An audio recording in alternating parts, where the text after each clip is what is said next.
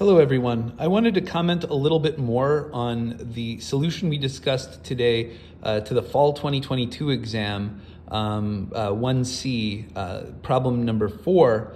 We know that of the three statements that we were asked, are they true or false? One of them was if the launch angle was decreased from 60 degrees to 50 degrees, that would the projectile go further in the horizontal direction? And this, of course, brings up the subject of range. And looking at the formula sheet, I did note that the range formula is not included as far as I can tell. But I did want to point out that you do have everything that you need to kind of understand the range formula. At the end of the day, the main thing that you need to know is if you have a constant velocity and you're just deciding on the angle, the range will be maximized when the angle is 45 degrees. If you know that, then you know enough to solve the problem, because the initial angle is 60 degrees. If we move it to 50 degrees, then we're getting closer to 45, which means we're increasing our range, and therefore that statement is true. But even if you want to see how the formula is derived, I wanted to walk you through it. I found that my slides, the slide explaining it was a little bit messy, so I wanted to do it by hand.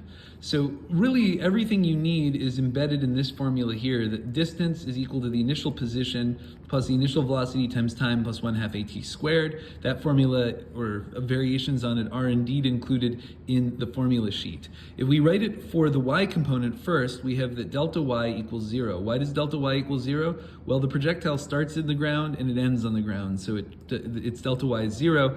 That equals the initial velocity in the y direction times time minus 1/2 g, the gravitational acceleration t squared. If I just rewrite this over here, I get v0y t minus 1/2 gt squared equals 0, because again, delta y is 0.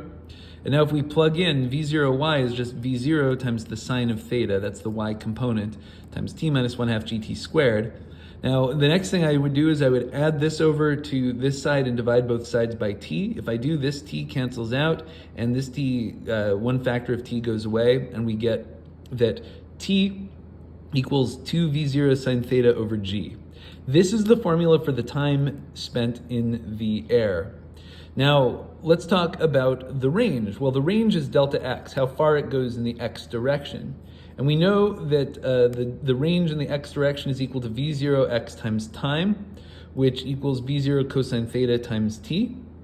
And now we just need to plug in our formula for t that we derived up here, and we get that delta x equals v0 cosine theta times time, which is 2v0 sine theta over g, and our final relationship is v0 squared over g times 2 cosine theta sine theta.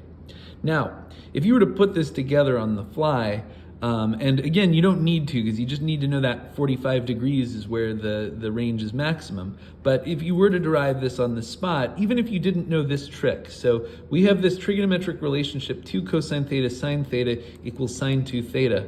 You could still figure out where this is maximized, because if you remember, sine of 90 degrees is 1 and cosine of 90 degrees is 0. So at 90 degrees, this term is 0. And if we were to go to 0 degrees, cosine of theta is 1 and sine of theta is 0, so this whole thing is 0. So it starts at 0 degrees, it ends at 0 at 90 degrees.